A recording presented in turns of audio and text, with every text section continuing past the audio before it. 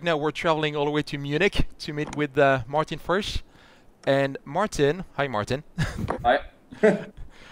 Martin, what Martin is doing, and Martin and his team, we're going to talk about this, is actually really cool. They're putting together the Terminator Vision, but it actually can be used in many ways to help people on their daily basis. So before I go too far, because it's something I'm actually pretty excited about now that I've seen the video, and I'll put the video link underneath so people can see what I'm talking about. Do you want to tell us a bit about yourself and then the project and how it came together? Yeah, of course. So my name is Martin Furch and I'm a computer scientist, and I've studied this here in Germany. And Thomas, who is currently not here, he's stuck in the traffic jam. He studied computer science as well. And how did we met? Yeah, we met because we are colleagues at work.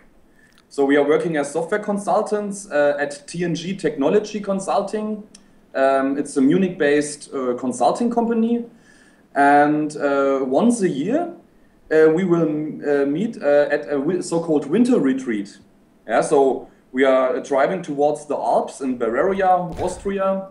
And then we have 1 day time to make something cool.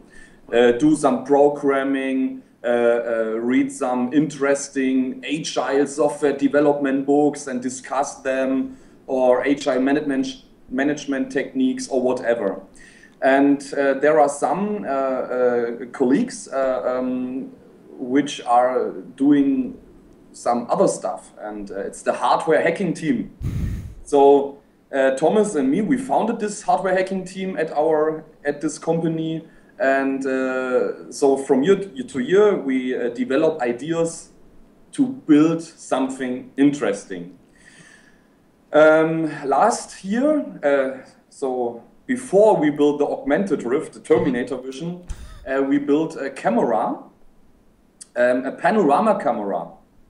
And the idea was that this should be a camera which you throw in the air, and then it makes, on the climax, it makes a one-shot photo, which automatically gets stitched into a 360-degree panorama picture. And we built this last year, and this year we just thought about what is cool, what can we do. So every year, your company, you pretty much, you guys go off and find something great to work on. Yeah, of course. You're going to have tons of people applying for a job there now. Just we are hiring. Yeah. There you go. Yeah. I'll put the link in there as well. Yeah, of course. I give you the link just here in the chat window, and that should be fine. All right, cool. So, how did you come up with the idea? Sorry? How did you come up with the idea of doing the Terminator Vision? The idea, yeah. The original idea was in winter 2014. Mm-hmm. And my idea was I would like to make a game which is comparable to Need for Speed, but in real life. So the idea was to take a model car, mm-hmm, and to put 2 cameras on it. And then you should be able to drive with this model car through the streets or the park or whatever. And those video streams should get streamed into the Oculus Rift. So the idea was to control this model car with gestures, mm-hmm, and I can see the picture from the point of view of the car. So okay, this was the original idea. And yeah, we thought about it, and Terminator 5 was expected to be in the cinema in June 2015, and we thought about it. This could be a cool idea as well, and so it was an adaptation of the original idea. Cool. So for people who have not seen the video by the time they watch this, what they should know, and you can get into more details, but pretty much you have a software hardware, you have the Oculus Rift, and you can, I could be looking at you, for example, and it's going to tell me your name and a whole bunch of other data, just like in the movie. Right. That's right. Yeah. Cool. So how did you, what did you use to build all this? Sorry? What kind of technology did you use to Yeah, to build okay. this? We've used Oculus Rift, of course, and the problem with the Oculus Rift is that you cannot see through. Yeah, you know. Yeah. So we first had to attach two cameras onto the Oculus Rift, and so they will record the environment, and it gets directly streamed into the Oculus Rift. So with those two cameras attached, we have a 3D view of our real environment. So it's I would call it virtual see-through. Mm-hmm. Yeah, and additionally, we used Intel RealSense 3D camera, and this is the F200 camera. And I have this camera here. This is the, one moment, please. So as Martin is bringing this up, disclaimer, we're both part of the Intel Innovator Network, so now Intel is going to be very happy we're showing this. So, cool. This is the F200 camera, and as you can see, it's a really small one. Yeah. This got attached to the Oculus Rift, and then we are using all those different features of this camera.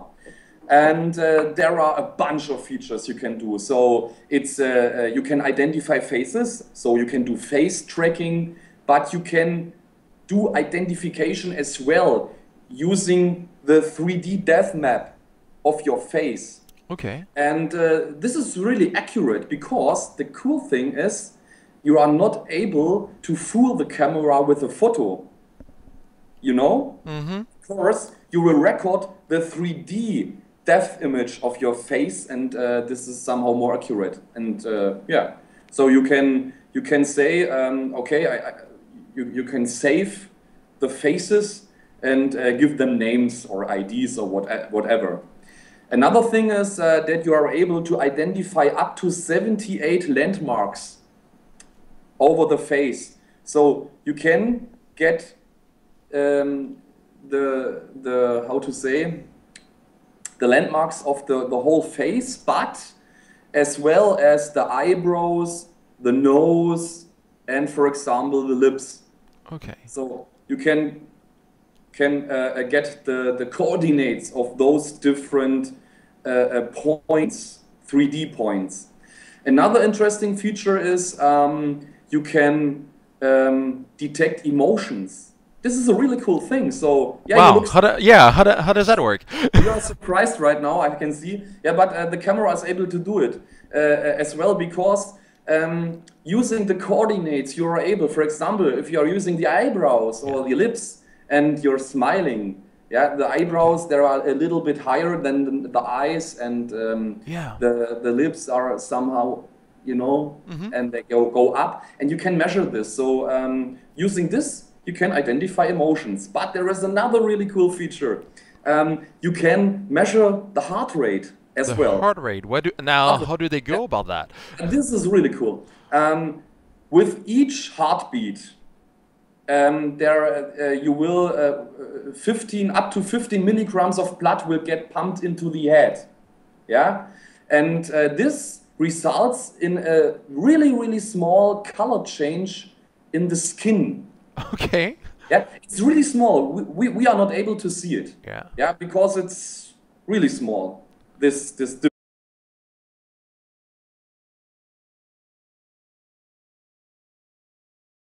Okay. All right. And now there are actually two. Because Thomas has joined us. Thanks, Thomas, for beating the traffic in Munich. Good job.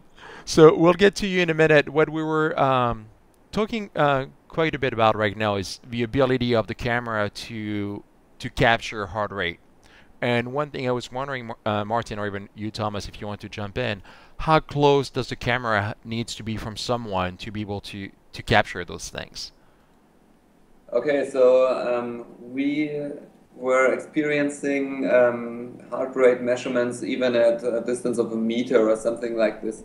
Wow. It's not that accurate that it always has the exact amount, but it gets close to the real heart rate.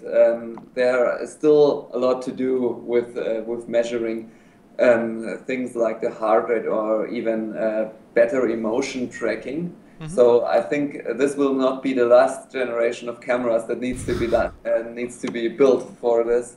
But it gets better and better. And if you had a look at the Kinect version 2, for example, which was the first camera that did this already, and now at the RealSense F200 or R200, which are getting smaller and smaller, then you know where it is heading. So we're getting more integrated devices which are capable of doing complex things like heart rate measurement, for example, and in even bigger distances, and it gets more and more sophisticated.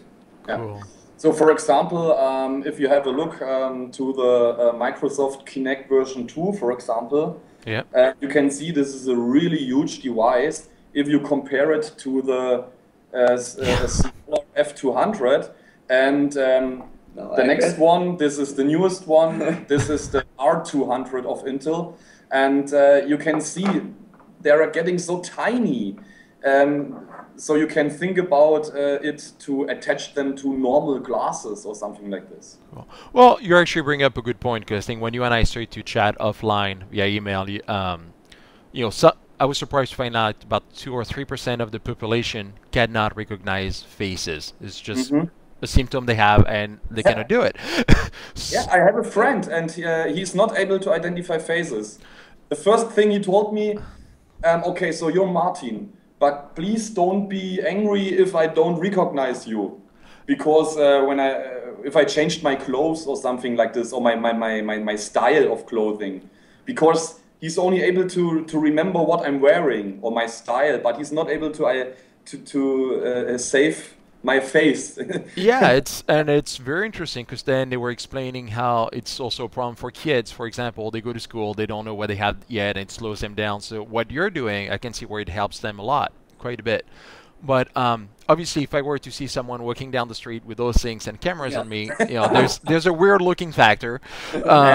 As you said, well, even, you know, like about 2 years ago when Google glasses were huge, I remember at Mobile World Congress, people were walking around, and most of us, I'll admit it, we're looking at them and say, please take those things off. We have no idea what you're doing with them, and it's freaking us out. So I'd love to know from your standpoint, from a technology standpoint, what needs to happen at the hardware level before it becomes really mainstream as opposed to more gaming and animation? Yeah, so we think that we really need something like a fully immersive glasses, for example.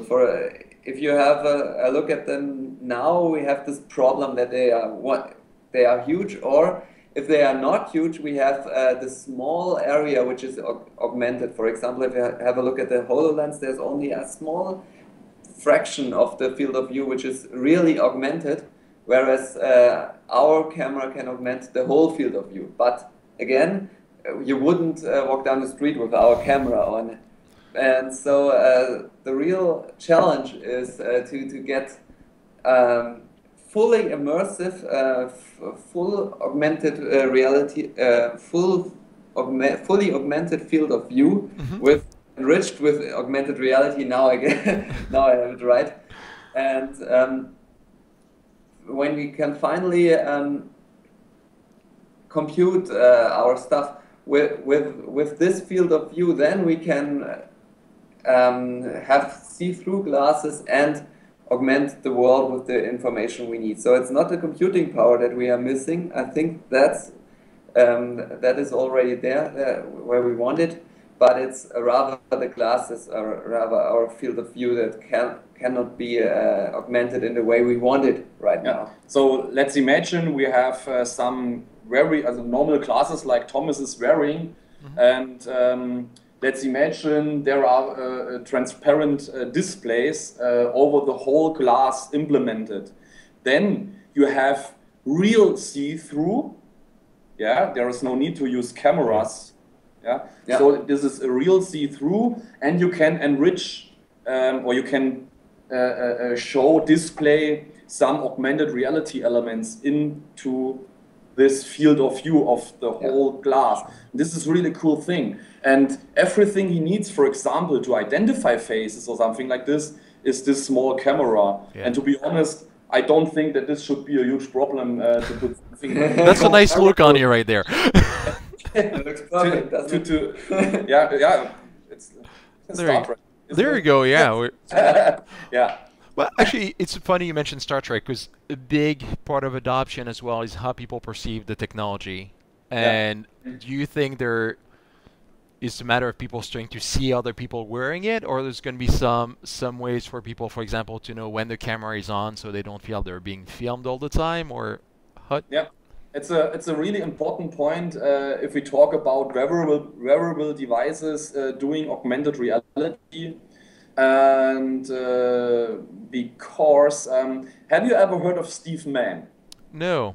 Steve Mann is the father of wearable computing. Okay. If you Google Steve Mann, you will find a lot of information. And he, in his talks, he's speaking about the term surveillance. It's surveillance. So it's a French word. So Oh God, the French are taking over. We're doomed. Yeah, right. And what he's telling us there is that not only the state is doing surveillance with his cameras and on public places and something like this. Here, it's from the point of view of the wearers of a wearable device, where everywhere is a camera attached. Yeah. So the problem right now is how will things go on in the next decade, for example? Yeah. If you speak with people and you ask them to wear a tracker, which is transferring location, coordinates, where you are currently walking and stuff like this. 20 years ago, everybody would say, "Oh no, that's we can't do that. This is surveillance and no." But now everybody is having a smartphone and it's doing this. And GPS is always on, and so Google always knows where we are. And if it's not GPS, it's the mobile phone cell. Yeah. So we in bring Germany are especially aware of that because we have this huge history of surveillance and the state always tracking us. Yeah. And so on and so on. But I think it's a cultural problem, and you don't really want to be tracked all the time. But anyway, at the moment, the state is always tracking us. So we have cameras everywhere, and big companies are starting to track us everywhere we go. So yeah, where is it heading? It's a huge ethical problem that we are facing, but. Let's face it, the technique is not the problem, it's how it is used. I think you're absolutely right, because something that we're noticing in our field is that most of the time it's more knowing who is tracking what. Like if you walk the streets of London, you see CCTV on, you know they're looking at you. And whether you agree with it or not, at least you know the eyes are on. I think what's getting hard with all the connected device and wearables or GPS stuff, like the stuff we do, is people don't know those things are on. You know, you download an app to act as a flashlight, and then when you see everything that the app wants to access, you're like, why on earth do you need to access my contact to act as a flashlight on my phone? So that becomes very interesting to know the data flow in there. Yes. So one thing actually on this topic that I found interesting, at the very end of your video, I can't remember which one of you was doing something pretty funny where the computer was asking you, you know, who is this? And one of you is going, this is cool. And I just love that, because then the computer goes, okay, you know, this is cool, is user 101 or whatever. And it was a very good example where, you know, for this to become very useful, there needs to be some sort of a central data place. And how do you, you know, how you're going to be addressing the goofball user versus the regular user so that those things don't always happen? Because that was a great segment. Everybody should go and watch that part, by the way. So. Yeah, I don't know if I got the question right. So what you were asking? Well, how do you see? You know, right now you have one device, but ideally for it to be useful, you need to have more devices connected, or at least the face is be stored somewhere. Like, how do you see that happening so that someone is not Martin on one and this is cool on user number 2? I don't really know if it is the right way to store it centrally or something like this. So maybe it's like in your personal smartphone you have contacts and you store them under maybe funny names. So that is your responsibility if you call them Goofy or something like this. So I don't think that it is really a good idea to always have a central database where everyone is stored, and maybe this is a personal issue. So you just say, okay, smartphone, this is whoever, this is Thomas, this is Martin, this is whoever, or something like this, and then it is your own responsibility, and no one has track of that, and this is, I think, the way it should be done. So you are able, with command and control, using your voice, you can say, okay, Rift, this is Gregory, and then the augmented Rift will save your face. Yeah. Okay, that's actually a good idea. You know, you keep your own data because you don't need to have access to that many faces in a sense all the time. So.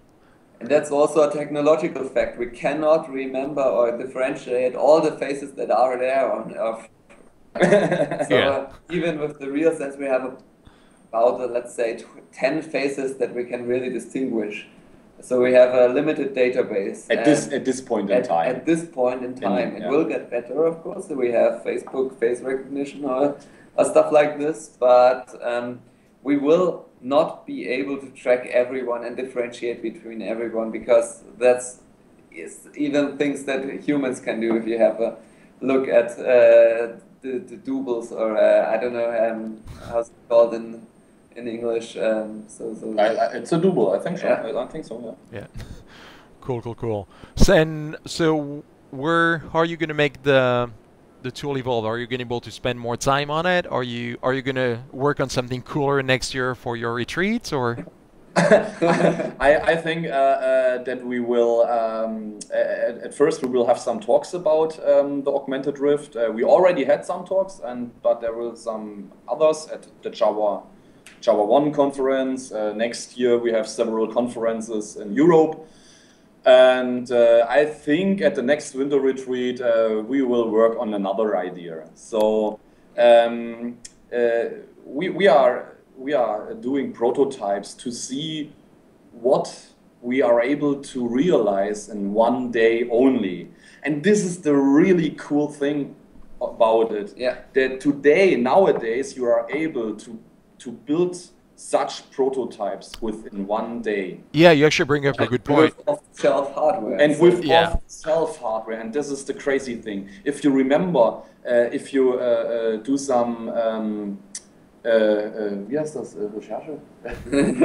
research. If you do some research and look for Steve Mann, for example, he had to build everything for himself. He had to buy circuits, and he has to design different circuits to get something to work. And we just bought different off-the-shelf hardware, and we put them together in a IoT style or maker style, and it works. Yeah. Okay, we have to implement software, of course, but that's our profession. That's your job. You're good at that. It's the simpler part in a sense once you have access to all the data. And that's a very good point, that you build that whole thing in pretty much a day. So that's that really shows the possibility of what can be done. Yeah, absolutely. And so we don't stick with one idea. Last year we had this 360-degree panoramic camera. The year before we had a face tracker, which was able to track your face and move so that you always center the camera around your face. And I think we will come up with new ideas next year. So I'm already looking forward to talking to you next year about the new cool stuff you're going to come up with. That's going to be great. So cool.